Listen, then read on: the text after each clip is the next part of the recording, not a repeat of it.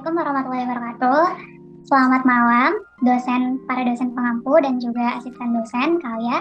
Perkenalkan, kami dari kelompok Meilora akan mempresentasikan hasil pengamatan proyek konstruksi terhadap gedung PAU ITB. Sebelumnya, perkenalkan, nama saya Amalia Rahmanda. Kemudian ada rekan saya, Matthew Misael Tantra.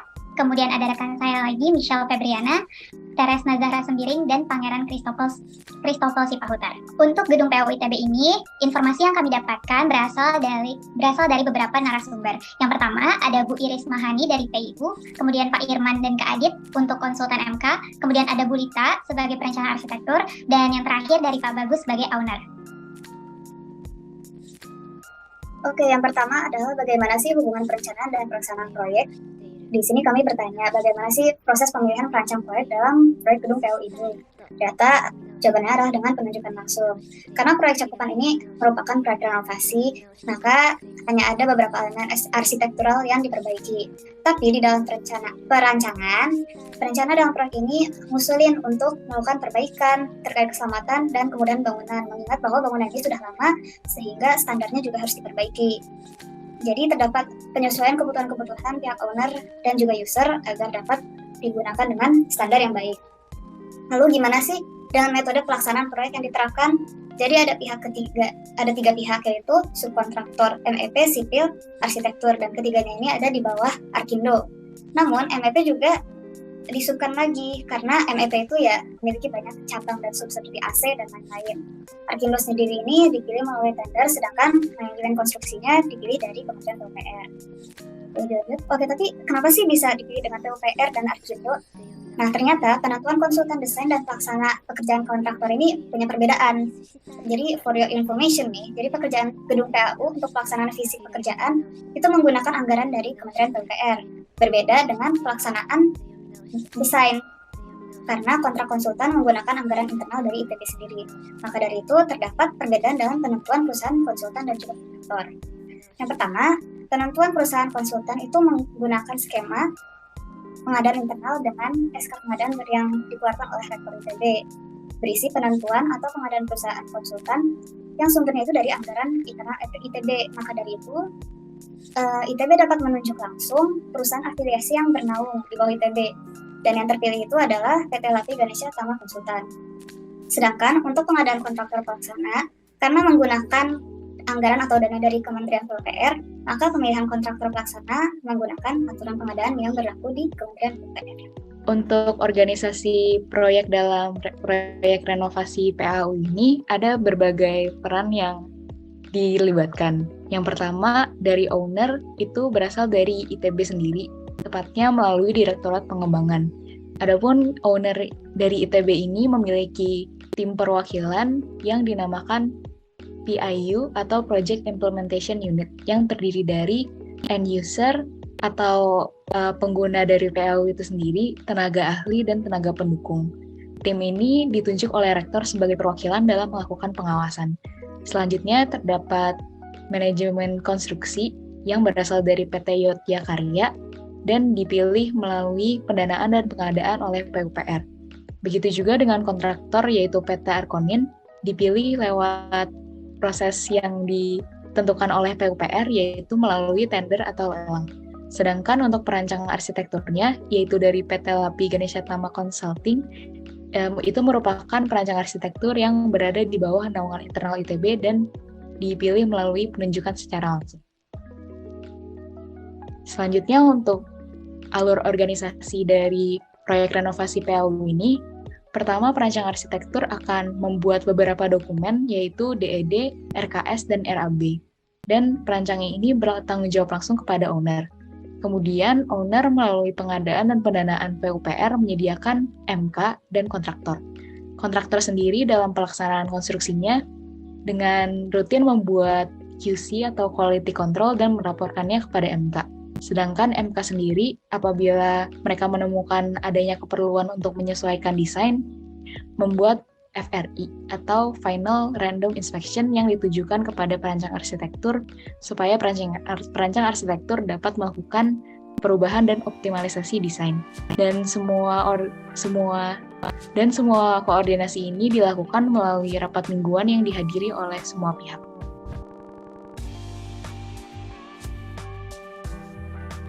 Kemudian untuk manajemen biaya dari proyek ini, pastinya ada banyak pertimbangan dalam mengestimasikan biaya proyek di PAU ini ya.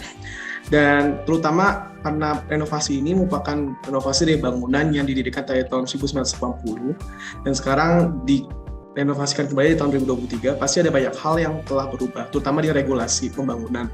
Jadi PAU itu benar-benar sangat membutuhkan banyak biaya dengan penambahan untuk utilitas-utilitas tertentu yang belum ada pada waktu itu, seperti tangga darurat, akses disabilitas, penambahan struktur bangunan, juga ada pembaruan peralatan dan pembaruan utilitas bangunan atau MFP karena ada penambahan utilitas-utilitas tersebut. Dan dalam penyusunan rencana anggaran biaya atau RAB-nya, seperti yang tadi disebutkan oleh teman saya Michelle, dan ini penyelesaian RAB memprioritaskan MFP terlebih dahulu dan juga pembiayaan RAB untuk MFP dan juga struktural secara overall itu 50-50. Dan dalam perencanaannya nanti perencana akan menggambarkan gambar kerja atau DED dan juga akan memasukkan dokumen RKS yang juga RAB. Dan jika nanti ada perubahan atau penyesuaian desain saat konstruksi, pasti akan sangat berpengaruh terhadap RAB di konstruksi.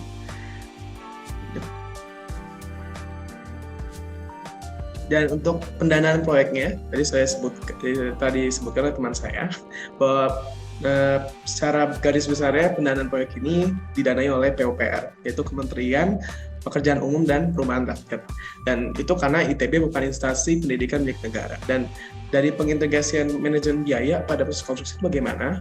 Jadi pertama, anggaran proyek bersumber dari dua pihak berbeda, nanti dijelaskan di berikutnya. Dan juga anggaran dari ITB digunakan untuk mengintegrasikan anggaran dan proses konstruksi saat rapat mingguan. Juga ada pihak ITB saat rapat mingguan itu cuma bisa jadi pemberi saran doang ke kontraktor, dan apapun yang terjadi pada proses konstruksi semuanya itu pasti akan ditangani oleh kontraktor. Jika lihat dari fotonya, itu bukan foto yang diambil dalam proyek pembangunan rehabilitasi dari gedung PLCD. Dituliskan kalau biayanya itu secara besar tuh 82 triliun 720 82 miliar 720 juta 13 ribu. Dan ya, next. Jadi dalam manajemen biaya sini itu dia akan dibagi jadi dua fase. Jadi pertama dari PUPR sini sudah merehabilitasikan PUPR kan, tadi sudah selesai Desember 2022 dan sekarang sedang masuk tahap pemeliharaan setahun. Dan anggaran awal itu sudah mencapai rehabilitasi tidak cuma untuk PAU tapi untuk Sanken, Saraga, Tunnel dan lainnya. Hal-hal kecil juga seperti pembongkaran ruang UKM, juga ada keramik baru, lampu dan instalasi baru, dan juga struktur tangga darurat baru. Dan manajemen biaya khusus pada PAU adalah pada perkuatan pada kolom, plafon, instalasi listrik, panel, trafo, genset, dan juga alat monitoring kebakaran. Nah, tapi karena ITB merasa ada ketidaksempurnaan dari fase pertama, maka diadakanlah fase kedua, merupakan fase lanjutan dari fase pertama dengan dana tambahan dari ITB untuk menyempurnakan hasil dari fase pertama. Itu dia. Lalu untuk manajemen waktunya, tadinya proyek renovasi PAU direncanakan untuk setelah 12 bulan akan selesai, dan seharusnya akan selesai pada bulan Juli tahun ini. Tetapi karena beberapa kendala diundur sepanjang 5 bulan dan akan selesai pada bulan Desember. Adapun jam kerja dari proyek renovasi ini adalah Senin sampai Sabtu, termasuk tanggal merah, kecuali tanggal merah tertentu, dan pada jam 8 sampai 5 sore. Dan ada kemungkinan lembur sampai maksimal jam 10 malam oleh karena ketentuan dari ITB. Serta mengenai keterlambatan, adapun alasan yang diterima untuk keterlambatan proyek hanya apabila terdapat kendala teknis berat. Keterlambatan dapat dideteksi dari sejak laporan kemajuan mingguan pekerjaan. Dengan adanya jika ada deviasi minus antara rencana dan realisasi. Dan untuk upaya penyelesaiannya akan dilakukan pendeteksian dan koordinasi untuk menentukan penyelesaian masalah yang menimbulkan deviasi minus progres. Lalu, pada manajemen sumber daya, terdapat beberapa poin penting yang ingin di-bold, yaitu pertama dengan sistem penempatan sumber daya yang dilakukan pada setiap progres.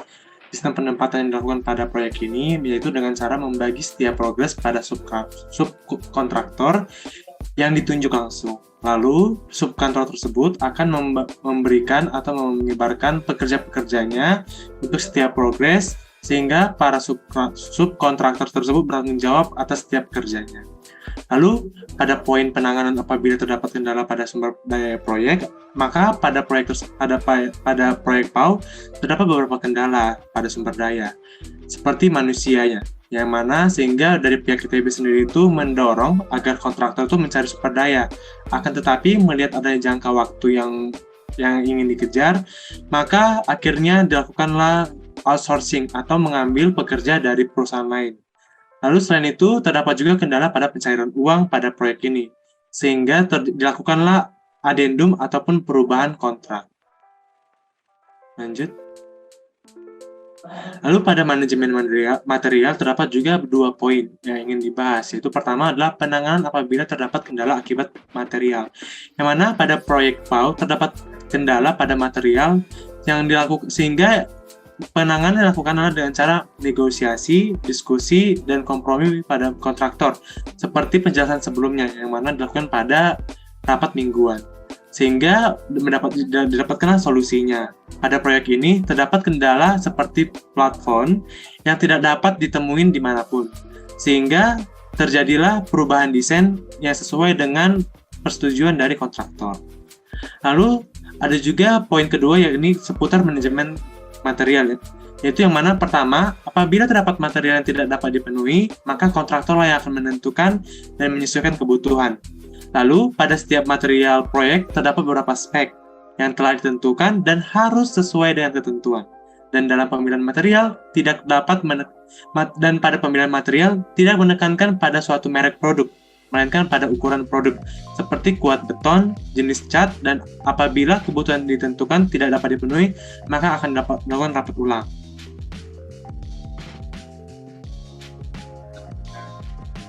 Yang selanjutnya ada standar mutu. Standar mutu yang diacu dalam pelaksanaan proyek ini adalah DED. Standar kualitas yang diinginkan dalam pelaksanaan proyek ini semuanya tertera dan telah ditentukan di dalam DED atau Detailed Engineering Design. Segala spek dan perubahan spek yang berada dalam DED itu ditentukan oleh perencana arsitek.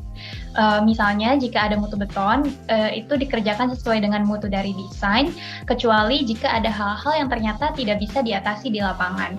Maka perubahan itu harus dikompromikan lagi dengan konsultan, dan jika mendapatkan persetujuan konsultan, barulah perubahan tersebut dapat dilanjutkan.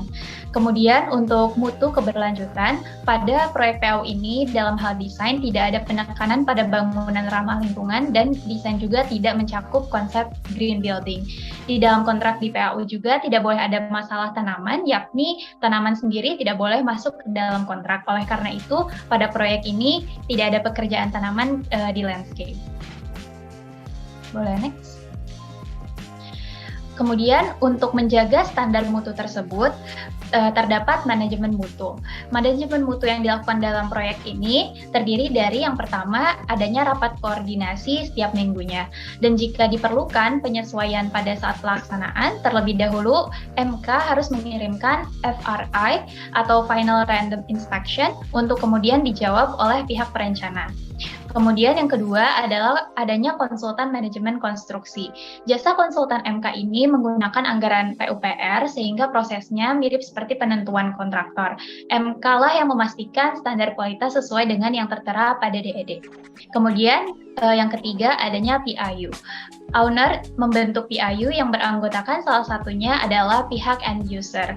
Yang PIU ini terhubung langsung dan perencana, termasuk ke dalamnya tim pengawas dan pendamping teknis yang ditunjuk sendiri oleh pihak ITB. Segala koordinasi dan keputusan di lapangan akan selalu melewati PIU untuk disetujui sebelum dilaksanakan. Boleh next. Selanjutnya adalah manajemen K3. Pada manajemen K3 ini, mekanisme pengawasannya adalah bahwa standar keamanan, keselamatan, dan kesehatan kerja itu mengikuti aturan PU. Namun karena proyek ini tergolong sebagai proyek yang menengah, kelengkapan K3 didapatnya dari kontraktor dan juga MK. Pengawasan keberjalanan K3 di lapangan sendiri itu dilaksanakan oleh kontraktor atau pembangun. Jika ada terjadi sesuatu, maka kontraktor akan melaporkan kepada MK di setiap pagi pada saat briefing. Kemudian untuk keberjalanan K3 di lapangan sendiri di proyek ini, keberjalanannya sejauh ini masih kurang menaati peraturan karena terdapat beberapa yang belum menggunakan APD lengkap, terutama di ketinggian, yang mana hal tersebut berisiko tinggi untuk terjadinya kecelakaan. Kemungkinan hal tersebut terjadi karena masih ada kurangnya kesadaran dari individu pekerja ini. Kemudian mengenai kecelakaan, sejauh ini tidak ada kecelakaan yang besar yang menghambat keberlangsungan proyek, tetapi ada kecelakaan ringan yang disebabkan oleh human error. Namun untuk kecelakaan sendiri, tim konstruksi dan juga MK telah melakukan tindakan-tindakan prevensi. Salah satunya adalah bahwa dokumen perlengkapan K3 itu sudah terdapat dalam RAB, sehingga seharusnya segala alat yang diperlukan untuk K3 itu dapat terjamin ketersediaannya. Ada juga daily report mengenai penerapan K3 di lapangan. Kemudian untuk penanganannya, jika terjadi kecelakaan, maka korban akan dibawa ke K3 kontraktor. Untuk COVID sendiri, tidak ada yang terjangkit COVID selama masa pandemi kemarin, karena pada masa COVID, proyek sedang dalam tahap pemesanan barang. Untuk aksi preventif untuk COVID ini juga belum terlalu khusus, hanya sebatas pakai masker. Untuk kesimpulannya, pekerjaan yang dilakukan di PAU berupa renovasi akibat kondisi bangunan yang sudah tua. Dalam proyek ini, owner berupa ITB melalui Direktorat Pengembangan dan konsultan berupa PT Lapi Ganesha Tama Consulting. Arsitek menghasilkan DD, RKS, dan RAB, kemudian melalui pendanaan oleh PUPR disediakan kontraktor dari PT Arkindo melalui hasil lelang dan pengawasan oleh MK dari PT Yotya Karya. Semua pihak yang terlibat menghadiri rapat koordinasi yang diadakan secara mingguan. Dan selama keberjalanan proyek, owner ikut melaksanakan pengawasan yang diwakili oleh tim PIU sebagai pemegang keputusan tertinggi dan didampingi oleh perencana arsitektur, serta dikoordinasikan oleh MK.